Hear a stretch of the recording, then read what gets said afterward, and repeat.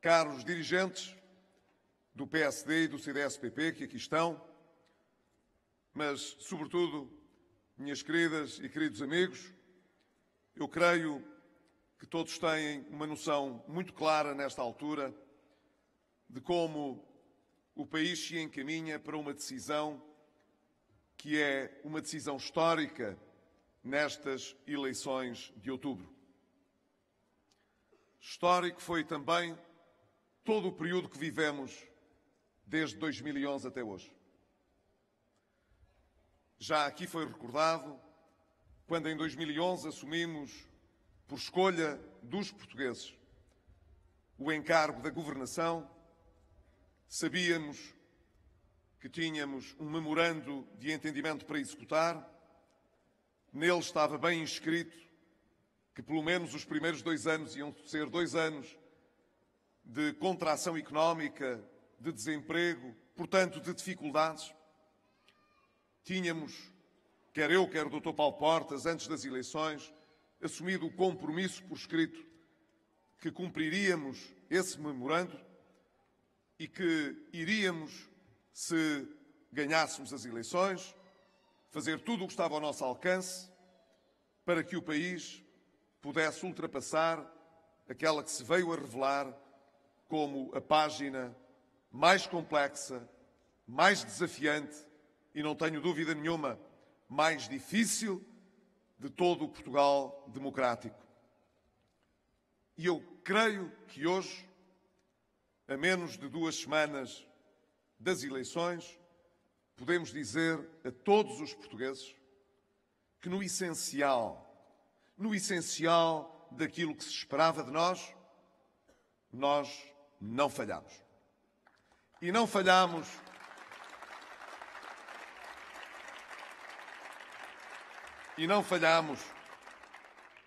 porque, se tivéssemos falhado, o problema não era do governo, o problema era de todo o país. Do país que tinha votado em nós e do que tinha votado noutros partidos. A missão que tivemos de levar a bom porto era, portanto, não uma missão partidária, mas uma missão patriótica. Por isso procurámos, ao longo destes anos, nunca hesitar na determinação que precisámos de ter para que o país saísse daquele poço bem fundo em que governações irresponsáveis nos tinham colocado, trazendo à superfície um país que se empenhou, que lutou, que sofreu, e nós sofremos com ele, com cada português, para que não tivéssemos, nestas eleições, de ter andar a explicar porque é que tínhamos falhado, porque é que tínhamos precisado de outro resgate, porque é que os próximos anos teriam de ser de austeridade em dobro e em triplo, como está a acontecer na Grécia, no dia a seguir às eleições que pela segunda vez este ano realizaram. De pouco serviria estar hoje a dar explicações se o país tivesse falhado. Hoje podemos dizer, de costas direitas e de cabeça bem levantada, sabemos que foi muito difícil, mas sabemos também que não falhamos, que cumprimos com aquilo que se exigia de nós, que era tirar Portugal do fundo desse poço e pôr o Portugal de hoje a sonhar com mais ambição para os próximos anos.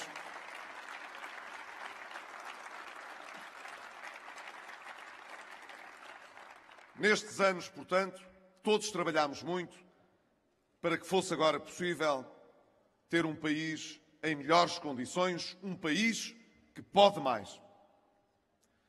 Não foi apenas o limpar da casa, o arrumar as contas. Isso também fizemos. Nós, durante estes anos, andámos a pagar muitas dívidas. Já o tenho afirmado. Mas é importante recordá-lo, para que nunca se esqueça realmente os desequilíbrios que foram herdados. Aqueles que falam tanto do Serviço Nacional de Saúde esquecem-se que em 2011, quando chegámos, havia mais de 50 empresas que tinham ameaçado não fornecer os produtos que eram essenciais aos hospitais portugueses e ao Serviço Nacional de Saúde. Nós pagámos mais de 2/3 da dívida do Serviço Nacional de Saúde e temos hoje, para os portugueses, um Serviço Nacional de Saúde com mais acesso, um Serviço Nacional de Saúde com contas mais certas. Temos um Serviço Nacional de Saúde com mais equipamentos, com mais hospitais, com melhores serviços de urgência, com mais centros de saúde, com mais unidades de saúde familiar, com mais consultas feitas, com mais cirurgias realizadas. Temos, portanto, um Serviço Nacional de Saúde que está mais perto daquilo que são as necessidades do povo português. Conseguimos também, nestes anos, muitas poupanças. Poupámos nos medicamentos, por falar em Serviço Nacional de Saúde. Nós não só aumentámos a cota de genéricos em Portugal, como conseguimos que famílias e os contribuintes, por intermédio do Estado, pudessem pagar menos, apesar de consumirem mais medicamentos.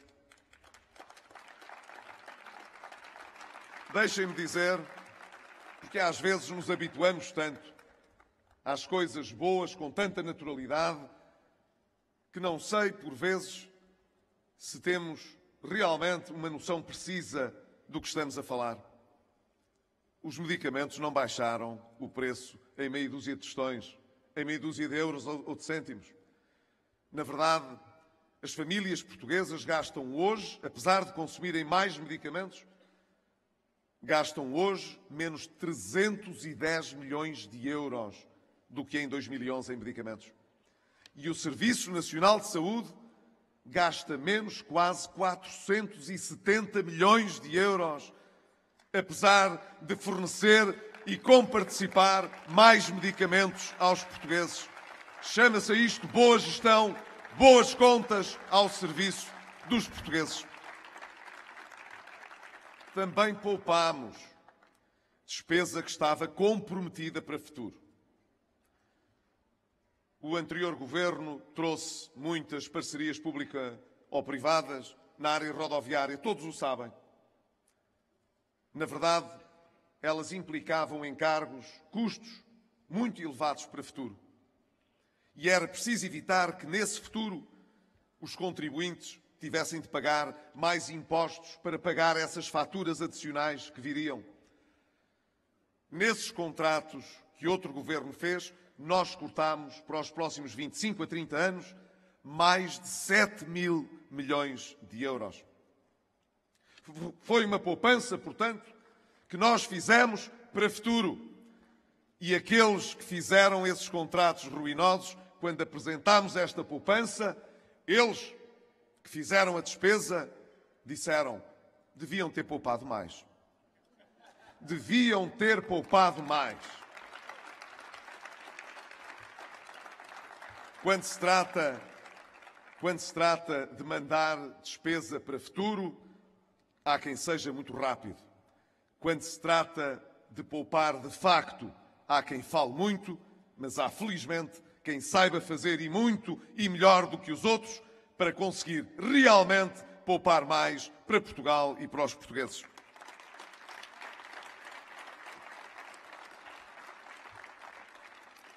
Mas fizemos mais do que isso. Nós resolvemos que, além daquilo que estava previsto, devíamos também começar a pagar as dívidas que no futuro apareceriam pela conta dos 78 mil milhões de euros que outro governo pediu emprestado ao Fundo Monetário Internacional e aos outros países europeus. Na verdade, aliás, permitam-me fazer esta correção, não foram 78 mil milhões de euros, porque, em boa verdade, como se recordam, que há pouco mais de um ano, nós prescindimos mesmo da última tranche do pagamento dos 78 mil milhões de euros.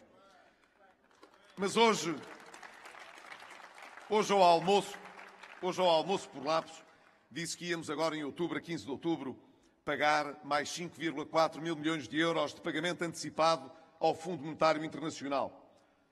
E eu, quando tenho lapsos, corrijo-os sem nenhum problema. Deixem-me dizer, eu vou fazer a correção.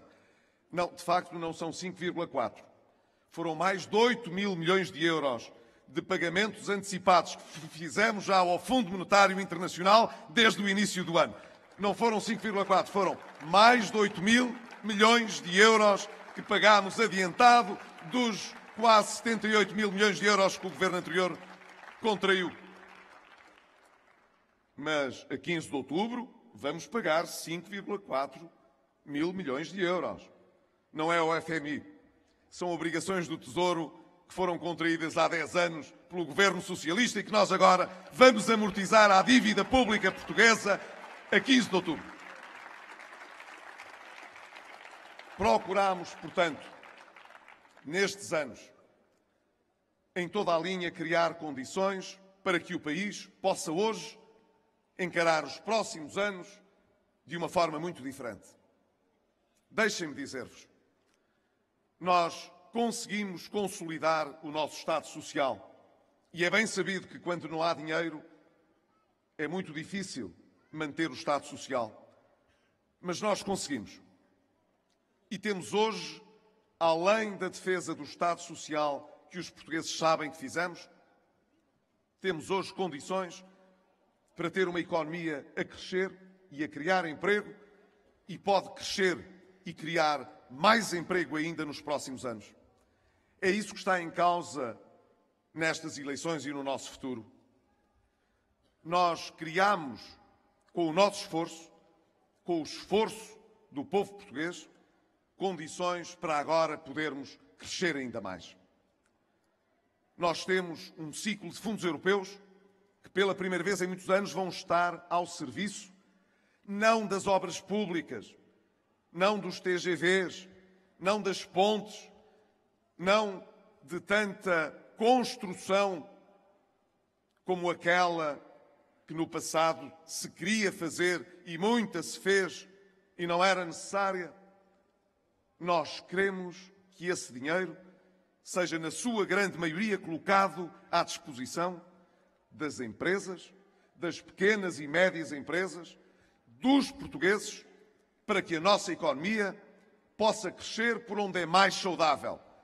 Não pela obra pública que não tem retorno e não cria crescimento, mas através do financiamento para as pequenas e médias empresas, que essas sim sabem inovar, sabem crescer, sabem exportar mais, sabem criar mais emprego, porque já o estão a fazer e vão fazê-lo ainda mais com o novo ciclo de fundos europeus. Queremos também apostar fortemente na formação, na capacitação de todos os que vivem cá. Hoje, a grande maioria das escolas arrancou o novo ano letivo. E que bem que sabe abrir o ano letivo em normalidade.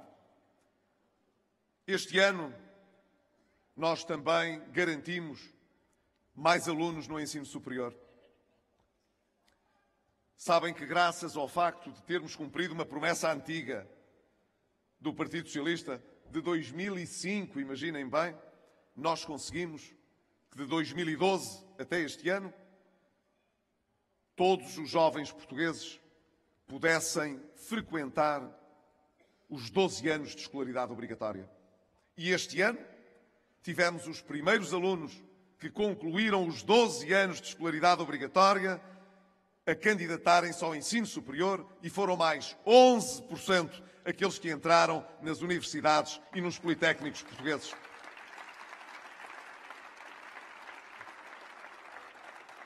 Conseguimos também que eles pudessem ter mais bolsas, bolsas de ação social escolar, bolsas de apoio social, para que não se vejam privados, por razões económicas, de frequentar o ensino superior.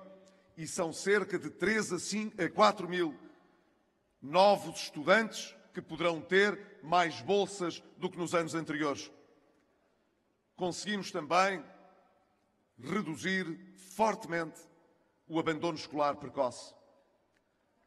quando chegámos ao governo, eu e o Dr. Paulo Portas, o abandono escolar era superior a 28%, quase 29%. 28,7% era a taxa de abandono escolar precoce. Ao fim de 4 anos, é de 17,4%. E garanto-vos que até ao final da próxima legislatura faremos muito para nos aproximarmos da meta que temos para 2020, que é não ter mais do que 10% de abandono escolar precoce, porque essa é uma das fontes de desigualdade que persiste na sociedade portuguesa e que tem de ser combatida.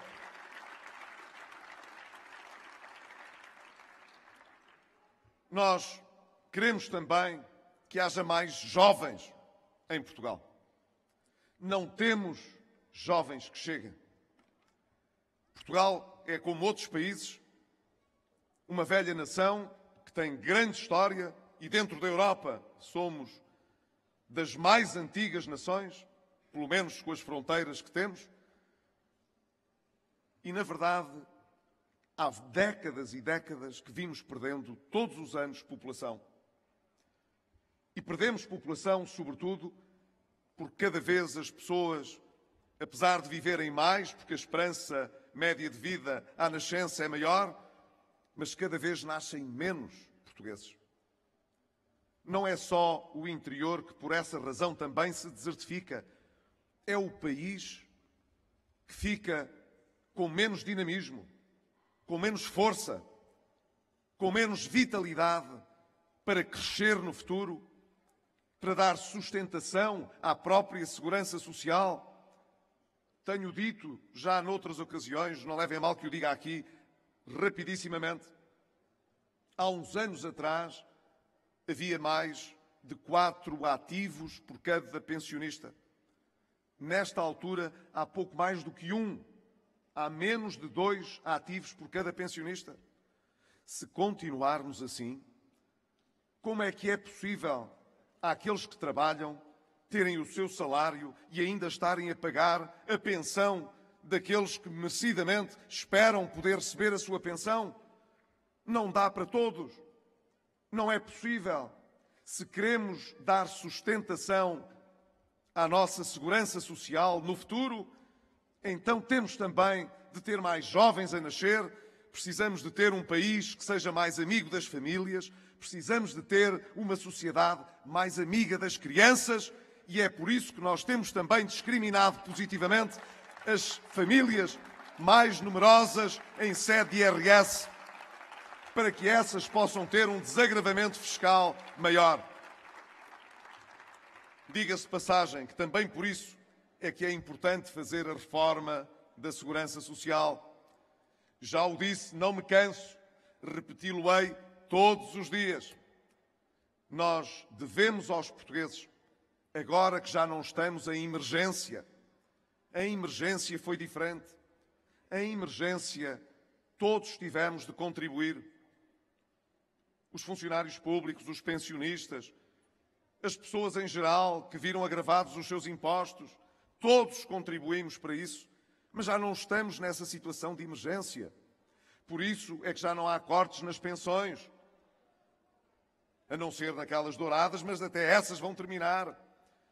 Por isso é que já estamos a remover as medidas de corte dos salários que apareceram ainda no tempo do governo anterior. Por isso é que vamos remover progressivamente, ao longo dos próximos 4 anos, a sobretaxa do IRS.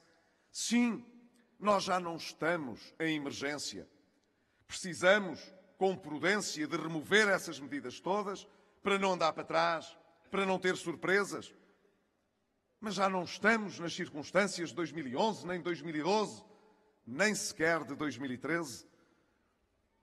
Nós agora queremos, no futuro, que as respostas na área da segurança social não sejam feitas para resolver o problema do orçamento de Estado, sejam feitas para resolver a confiança que precisamos de restabelecer dos pensionistas com a própria segurança social e dos futuros pensionistas, que é como quem diz, de quem hoje contribui através dos seus descontos para a segurança social, que precisa ter a certeza, a confiança de que no futuro vai receber as pensões a que tem direito. Essa reforma tem de ser feita no nosso país e deve ser feita num clima idêntico àquele que nós soubemos gerar, mesmo durante a crise, um ambiente de concertação, um ambiente de diálogo, um ambiente em que as pessoas que estão nos sindicatos ou nas associações patronais, independentemente das preferências partidárias que tenham, saibam colocar essas diferenças de lado para estabelecer compromissos que sejam decisivos para todos os portugueses. E essa é, deixem-me dizer, também uma das grandes missões que temos para o futuro. Nós sabemos que em cada geração há uma missão particular que tem de ser vencida. No tempo dos meus pais, a grande missão era fazer de Portugal um Portugal mais europeu no rendimento, mais europeu na democracia.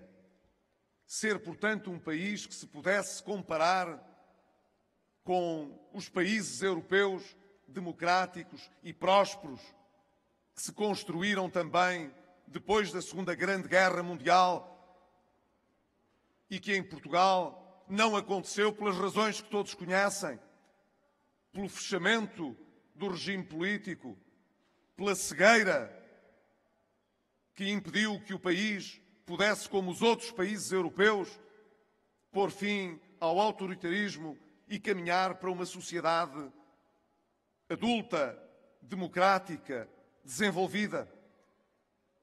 Foi na geração dos nossos pais que essa missão se teve de cumprir e cumpriu-se.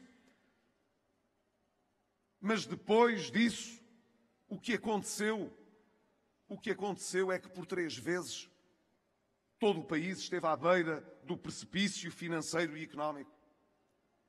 Por 3 vezes, e a última foi muito séria mesmo, tivemos de fazer sacrifícios que nunca pensámos que seríamos chamados a fazer para poder dar não apenas presente àqueles que têm menos condições, mas futuro aos mais jovens. Qual é a nossa missão hoje?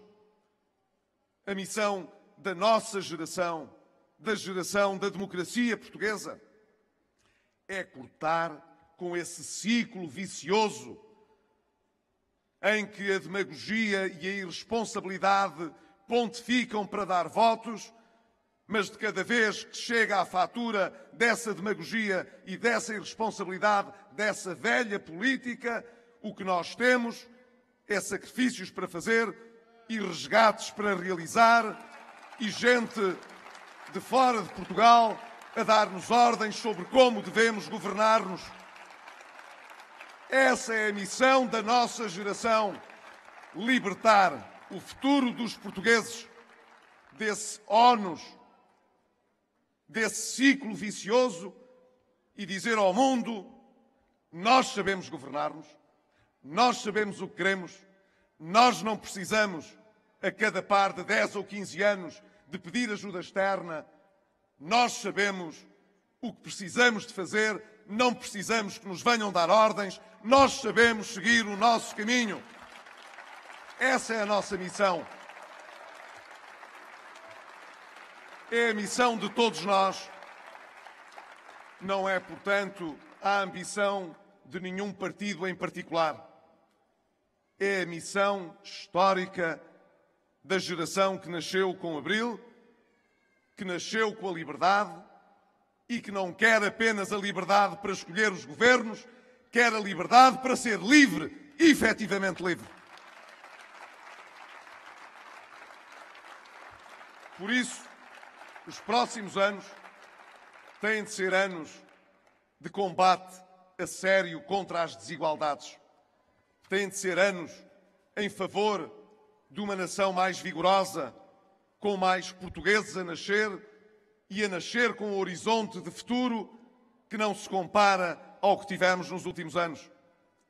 E é também um futuro que, para ser efetivamente livre, tem de ter um Estado isento, que não esteja a defender privilégios, que não esteja a defender um ou outro grupo económico, que esteja a defender todos os portugueses e que, por isso, precisa de ter governantes e governos que não governem para os seus votantes ou para as suas clientelas, mas que governem para todo o país, para todos os portugueses.